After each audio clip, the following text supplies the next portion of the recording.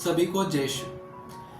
हम इस उपवास काल के 12वें दिन में प्रवेश कर चुके हैं। उपवास काल हमें आत्मचिंतन, प्रार्थना, प्रायश्चित एवं प्रभु ईसा मसीह के पुनरुत्थान के जश्न को मनाने के लिए हमें खुद को तैयार करते हैं। आज का पवित्र सुसमाचार संत मार्कोस अध्याय 11 वाक्य 27 से 33 हमें इन वचनों के द्वारा प्रभु ईसा मसीह के अधिकारों के बारे में मनन चिंतन करने का अवसर प्रदान करता है।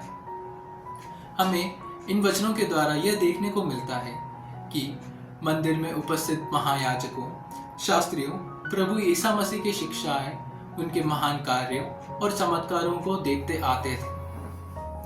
फिर भी वे उन्हें चुनौती देते और उनके अधिकार पर सवाल उठाते हैं। इस पर हमें यह देखने को मिलता है कि प्रभु ईसा मसीह सीधे उत्तर न देते हुए इस प्रश्न को नहीं टालते, बल्कि वे उन्हें यह दिखाते हैं कि उनके मुकाबले उन लोगों का अधिकार कम है। इस उपवास काल में हम सभी को यह बात जानना आवश्यक है कि प्रभु ईसा मसीह को इन्हीं लोगों के समक्ष अपने जीवन को अर्पण करना पड़ेगा, और तब वे उन्हें स्पष्ट रूप से यह याद दिलाएंगे कि वह कौन है और यह सब करने का अधिकार उन्हें पिता परमेश्वर से मिला है।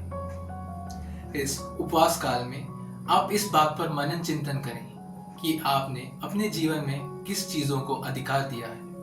क्या अपने मित्रों को, क्या अपने सोशल मीडिया को, या प्रभु ईसा मसीह को? इन वचनों के द्वारा प्रभु यीशु मसीह हमसे अपने जीवन को उनके भरोसे सौंपने के लिए आमंत्रित करते हैं। हम अपने परिवार के सभी सदस्यों को प्रभु ईसा मसीह के पवित्र हृदय में समर्पित करें और उनके अधीन रहें। प्रभु आप सभी को आशीष दे। धन्यवाद।